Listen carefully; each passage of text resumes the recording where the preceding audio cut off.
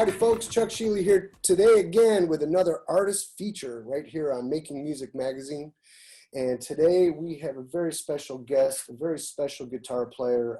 He is a Grammy-winning producer, engineer, performer. He's won 26 New Mexico Music Awards, a San Diego Music Award.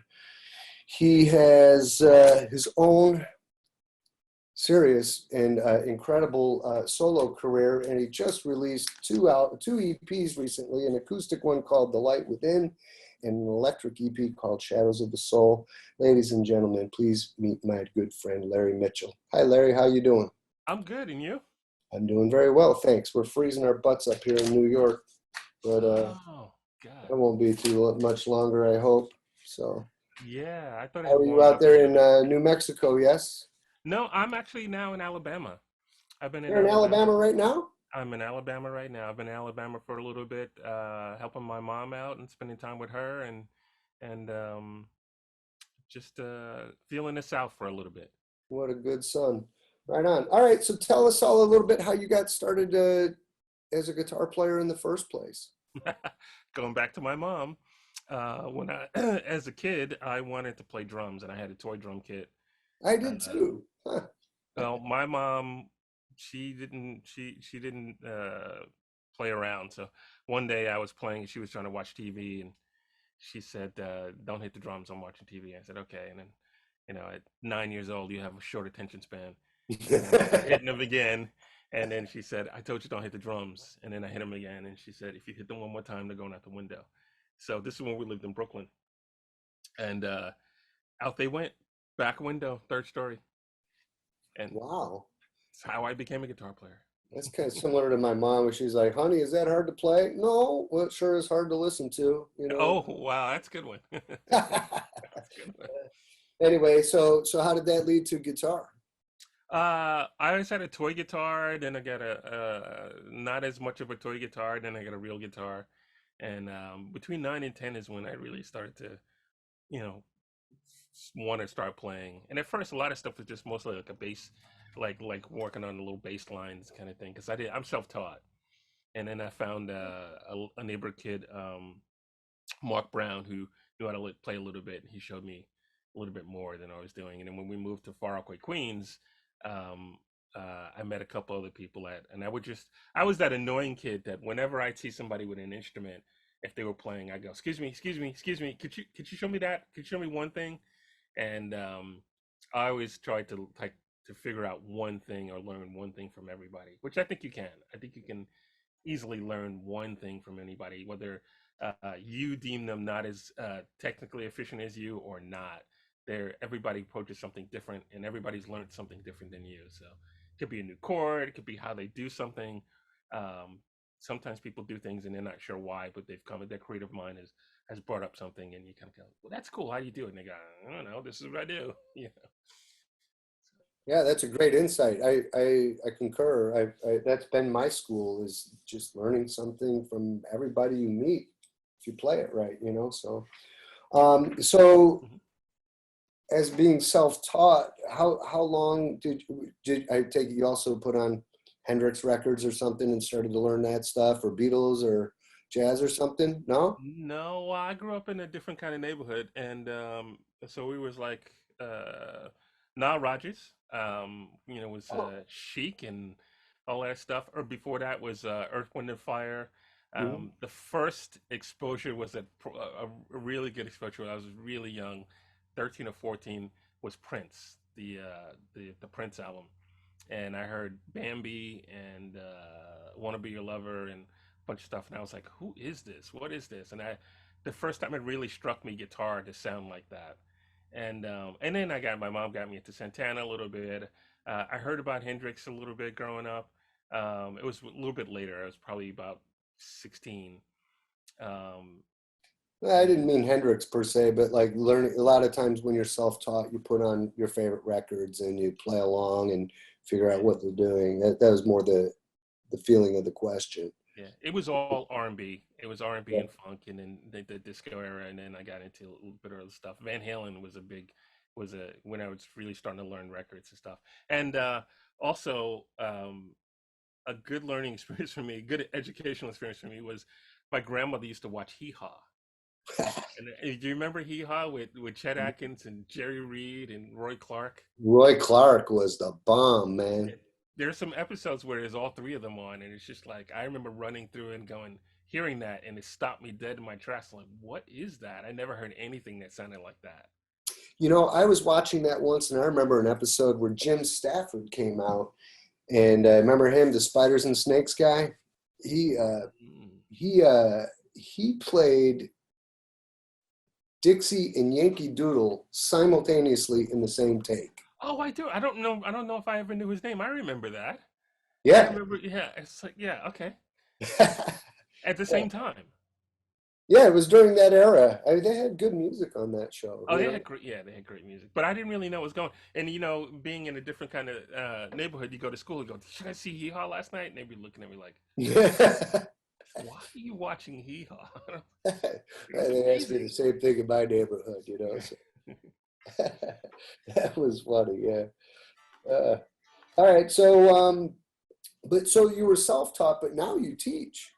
I believe you have students, yes? I have a few students, and I teach at Vi Academy occasionally, and the last 2 years, Mhm. and Satriani's G4 experience for the Dreamcatcher people, and um, but I teach different. I teach a lot of different things. With Vi, what's really cool is um, he not only approaches things from the schooled and technical side, he approaches stuff from the spiritual side, and I guess my approaches also are more about how to get stuff done or how to approach things and why, and to play with intention.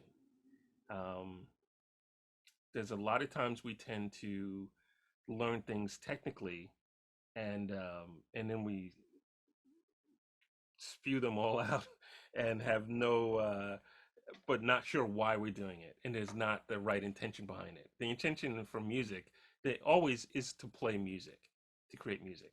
And so I was trying to get my students, and so are you creating the music for you, are you creating music for the listener, or for a communal experience between you and the listener?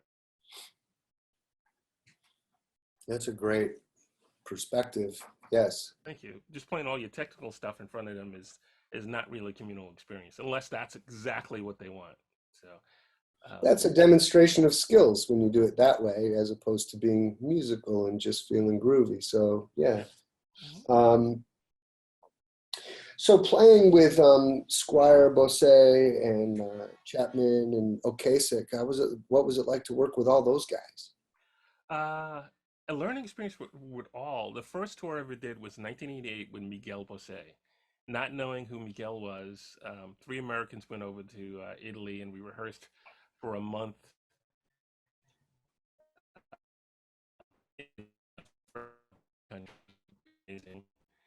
Um, and then not realizing how big Miguel was. Even in Italy, I think the biggest audience in Italy was about 10,000 people, and it was cool. It was like, wow, this is amazing. And the other guys in the band had been on bigger tours, but when we got to Spain, that's when we all realized how big Miguel was, and it was the average count was about 20,000 people, and they were much bigger crowds as well. So that was enlightening. It's a different experience playing in a club to playing um, on a stage where the audience and the closest audience is a club's distance away from you. Right. um, just hearing things back, now everybody has in-ear monitors, so we didn't have in-ear monitors back then because you had to really fight to drown out the audience clapping way behind you. Hmm. And playing with Billy Squire was a full-on rock and roll experience. Both playing with Rick Ocasek and from the Cars and Billy were experiences of you know at some point I was a kind of a kid strumming my guitar to those songs on the radio or trying to play them with a band at some point, and then you're at rehearsal and you're like grooving and it sounds great and you're like, this is wow, that's Rick Ocasek over there. Okay, or this is Billy Squire. What's And those were surreal moments. Those are definitely surreal moments. Playing with Tracy was a whole other thing. When I got called for the gig, I did not believe that it was real. Her manager, because I was not, I had gotten my first acoustic guitar since I was a kid. Um, that December, and I think it was February, I got called to to say, hey, her manager called and said, said his name and said, we're doing a tour with Tracy Chapman, and you've been recommended highly to be a guitar player. We'd like to, you to consider it. And I'm like, yeah, who is this? And he told me. I said, all right. And I'm like thinking, why would they call me? And also, when I was out of the country with Miguel, that's when Tracy came up in stardom. So when I came back, everybody was talking about Tracy Chapman, and I had no idea who she was. Hmm. So later on, I knew who she was, and when they got called, but I still didn't believe it. And he said, "Well, I'm here in New York at a hotel, and why don't you come down and let's talk?" So I got down there, and the first thing he said to me was like, "All right, I'm here with Neil Young. I'll introduce you to Neil, but don't say anything to him." And I'm still thinking this is a joke, like someone's messing with me. But I'm also into model railroads, and at the time Neil had saved the Lionel Train Company. It was about to go out of business. Him and I guess a few friends Oh, really? bought it. They temporarily bought it, Mhm. and I don't think he owns it now. But he has a son that has some issues. I think he's on the spectrum, and they built a giant rail train station in a train setup in a barn. Anyway, so I meet Neil, and I go, so Neil, about Lionel trains. And the manager's like, oh no, I just told him that. But He's Neil Young elbowing was, you, yeah, yeah. Neil Young was great. So we talked about that for a little bit, and then I went back to talking with the manager Elliot, and I was like, this is for real, isn't it? This is okay. I'm known as Mr. Rock and Roll in New York City now, but all right, they want me to play. All right, cool. It's great. How could I not do it? And it was enlightening. Another really amazing thing was that Lee Sklar was the bass player for most of that tour. He didn't finish the tour, but he did most. Oh, And really? just being in Lee's presence is a learning experience. And Tell you what, I've met him a couple times up at the show, and we've had him in for one of these spotlights too, oh, and cool. yeah, he's a presence to stand next to. Yeah. I'll tell you one quick Lee story to show you what kind of person he is. I was Mr. Rock and Roll. Remember, I'm self-taught. So when singer-songwriters put a capo on, you have to transpose a little bit. But I wasn't used to doing that.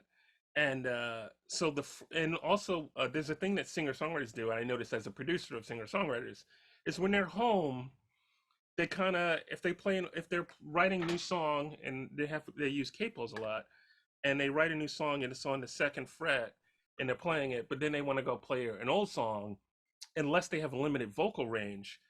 If the old song had the capo on the first fret, they might not move it. They might just play it.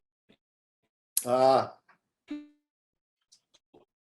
So one of the things that tripped me up was when you do a tour like that, like Tracy, we did almost a song a day. So first day we came in, and I don't remember what song it was, but we did it, and the capo say was on the second fret. And the next day we do it all day long. And the next day we come in and we do a refresher course on that, and then we add a new song, or we do add the new song and then do both songs together. But the first day, said the capo was on the second fret for the song. The second day it was on the first fret, and I'm like, oh crap, these don't what's going on? yeah. And the third day it's on like the fourth fret, and I know I had the look of sheer terror on my face, and I looked at Lee when she started, and he said, "Excuse me, Tracy," and he stopped the song because I wouldn't have done it. I didn't know that much at the time, and he goes, "Tracy, I just want to go over something. Yeah, a couple of days ago we did this song, and it was it was in this key and it was in that key," and she stopped for a second, and she went over to a piece of paper and she looked and she moved the capo back to where it was supposed to be. And from that day on, I was like, oh, cool. You can do that. You can say, hey, I'm not quite sure which key this song is in because we did it in a different key yesterday. And sometimes the artists aren't thinking about that. Right. And that's a survival tip as a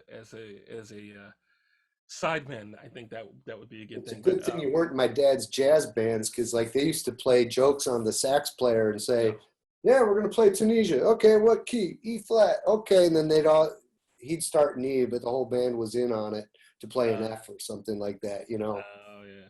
Screw you guys, and then he'd get it and jump back in. Mm. So lucky you that you were in Tracy's band instead of Dad's. Yeah, no, I wouldn't survive well in a jazz band though. I tell you Yeah. that. All right. So you have an extensive solo career, and your music is wonderful. And you've just released in November the two EPs. Mhm. What was the inspiration for doing that as one acoustic and one electric? And tell us the story that pulls that together, please. Um, it started out in the middle of the pandemic as one record. I started being creative. I had developed just by nature of doing stuff or trying things. I would get up in the morning. I would have coffee and breakfast, watching Let's Make a Deal and Price is Right with my mom, and then I would come in and I would work on. I produce singer songwriters and a lot of different types of music. So I would, and it was two artists that I was working on before the pandemic. So I would then come in and I would set up a mix or review a mix or work on a mix for one of their songs, and then I would work on something for me. I usually if I have been playing and I come up with an idea, I'll record it on my phone, and then at some point when I get ready to do a record, I listen to it and go, "That's a good idea. That's not," or "These two are close enough to the same," or, and then I start working on it. So I'd work on somebody else's song, then I work on mine, then I'd either got myself to take a break and watch a TV show or a movie, or if it was nice, I'd ride my bike, um, and then I would come back and start the process over with a different artist that I was, the other artist I was working on, and I ended up with getting in a thought pattern of working on all these songs and that they were one record. And also at the time, I had a lot of friends. I'm from New York. That New York was going through a heavy, heavy time, and my Facebook feed read like a obituary column of people I knew. And so then the album started to take shape, and to me, it was related to what was going on. And it was a crazy time, a really. I mean, it's still crazy now, but it was really crazy time. And a lot of the electric songs were in a strange space, more not totally dark, but not super optimistic, I guess. And the acoustic songs had a different vibe to it. And going back for the last few records, I've had an acoustic song or two on every record for a while now. And when I do house concerts or I do different kind of shows, I get people that say I like both, but sometimes I'm just in the mood for the acoustic stuff. They go back to my third record, which is all acoustic. Um, uh, or some people can. I really like the rock, and I have to make my own collection, I guess, or a playlist these days of just your rock stuff. So I said, all right, so I'm gonna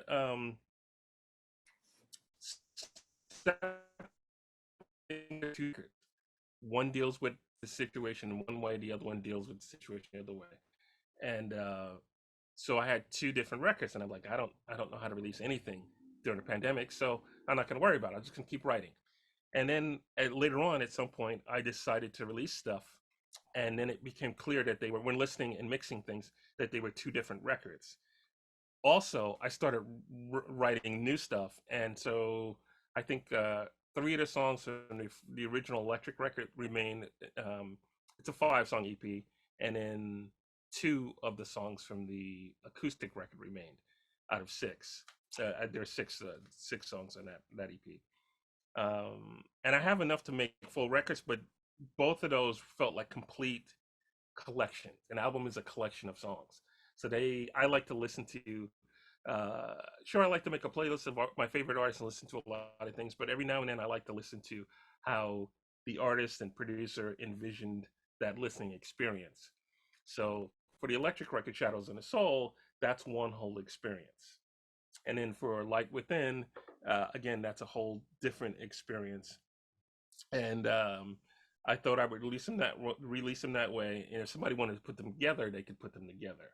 And I figured that when we get back to touring and stuff like that, and I'm doing small theater, really small theaters, or house concerts and stuff like that, that I would probably put them on the same record and not get people to try and buy two different things. But it's looking like people like it as two separate things too. And oddly enough, the same people that said that they like this or like that, have bought both.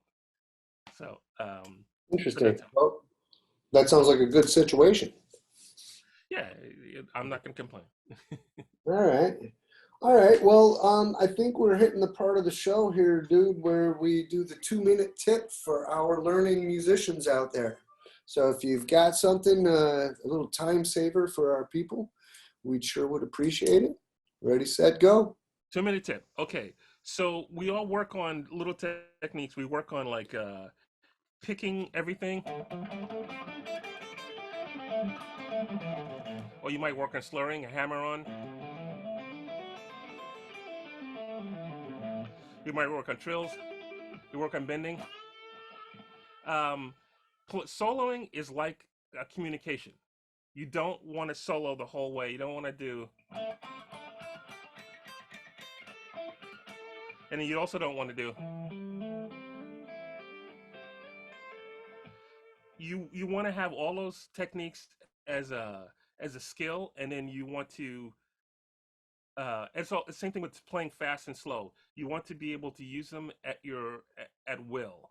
You I would say you can say the same thing a lot of different ways. If I say, "Hey, look at that car over there," or if I go, "Hey, look at that car over there," or I go, "Hey, look at that car over there," it's the same thing 3 times, 3 different ways. Soloing is the same thing, but they all take different techniques. So if I go, or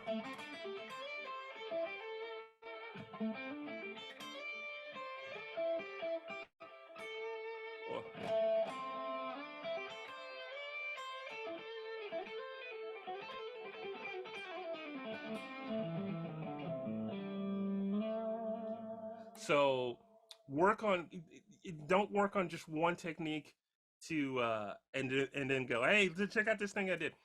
It's all just like learning it's part of your vocabulary. We don't all speak like this, and we don't all speak like this, and you speak, play how you speak. Does that work? Very good. Thank you for that. Sure. All right, folks. Well, Larry, is there anything else you want to let us know while we got you here today? um I hope everybody stays safe and we get back to playing. um LarryMitchell.com is my website. The new records are only right now until the pandemic settles down, are only available on Bandcamp. First Friday of the month, Bandcamp gives all the money to the artist. And um,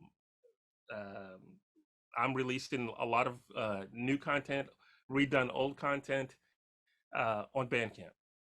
And that's it. Thank you All right. very much for asking me. Oh, you're very welcome. And you said your website, right? Yes, LarryMitchell.com. Good. All right, folks, if you had a good time, make sure you go see Larry. Make sure you hit our like button and subscribe to our YouTube channel. Hit all our social medias. Join our emailing list. All that. We're here all the time, every day, everywhere, all the time. Keep practicing. Keep playing.